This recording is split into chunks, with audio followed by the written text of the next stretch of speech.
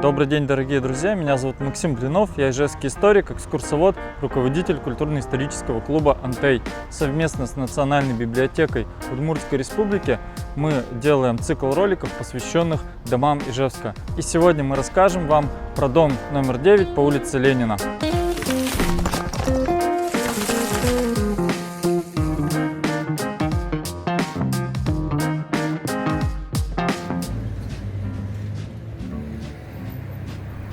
Улица Ленина в наши дни является одной из центральных и самых оживленных магистралей Ижевска. Ежедневно по ней носятся сотни трамваев, автомобилей, ходят тысячи пешеходов. Но не всегда улица Ленина была такой. Прежде она состояла преимущественно из деревянной застройки. Вплоть до 1960 года здесь преобладали деревянные дома. Ну а свое нынешнее название улица получила в 1970 году в честь столетия со дня рождения Владимира Ильича Ленина. До этого она носила название улица Труда.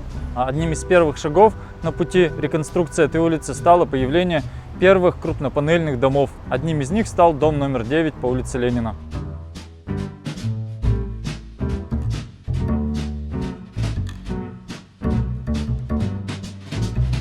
Этот дом уникален тем, что он был построен впервые из крупнопанельных блоков и в максимально короткие сроки.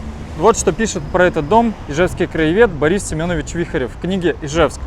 Стояли на углу улиц Труда и Свободы деревянные дома в 1-2 этажа. Пришли строители весной 1960 года. Быстро освободили площадку, вырыли котлован, а уже летом поднялся корпус невиданного ранее пятиэтажного дома. Причем, в отличие от обычной строительной площадки, где можно видеть каменщиков и плотников, представителей извечных строительных профессий, здесь почти незаметно было людей. Их трудилось не более 2 десятков. Мощные машины подвозили панели здания величиной в будущую комнату. Механизмами сгружали их, поднимали вверх и водворяли на требуемое место. С этой книгой Бориса Семеновича Вихарева вы можете познакомиться в Национальной библиотеке Удмуртской республики.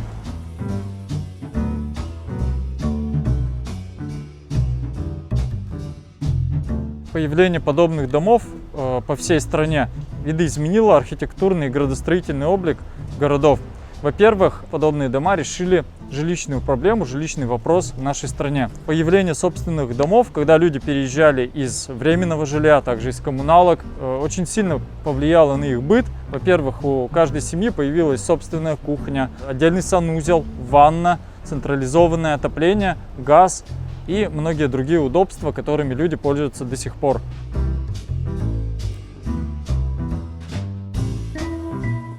Первыми жильцами этого дома были семьи рабочих завода «Ижсталь», завода «Ижмаш», машиностроительного завода, а также работники образования и медицины. Вместе со своими семьями молодые специалисты, кстати, не только рабочие, но и инженеры, въехали в эти дома в 1960 году.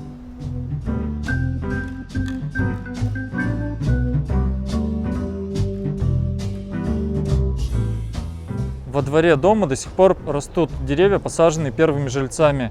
Липы, березы, тополя, клены. И они украшают, озеленяют этот двор, тем самым создают его удобство и эстетику.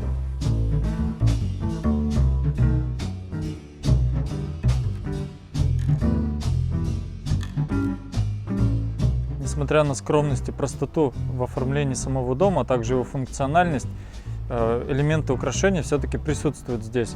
Я имею в виду решетки в виде птиц, цветов, а также специальные держатели для цветочных горшков на входе в дом и на балконах.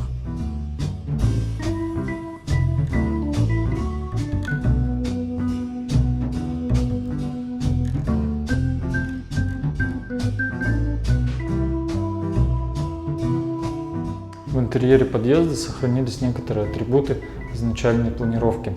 Во-первых, это перила, ограждения, плинтуса по периметру, а также обратите внимание, какая широкая площадка и 4 квартиры на площадке. А также в подъезде большие окна для освещения.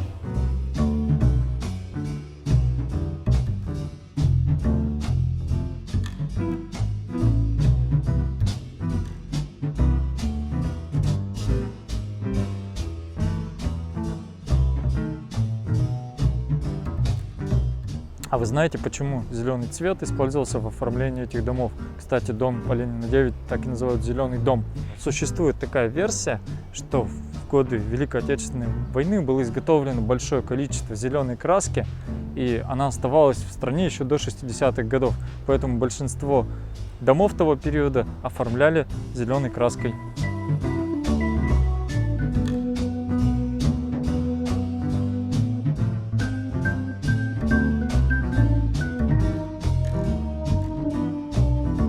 Одновременно с домом 9 по улице Ленина через дорогу по адресу Ленина 12 был выстроен аналогичный дом, фактически дом-близнец, из точно таких же крупнопанельных блоков.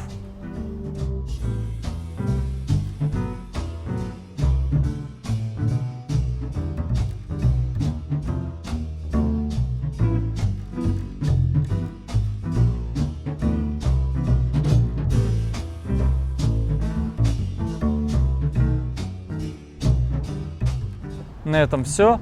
Спасибо за внимание.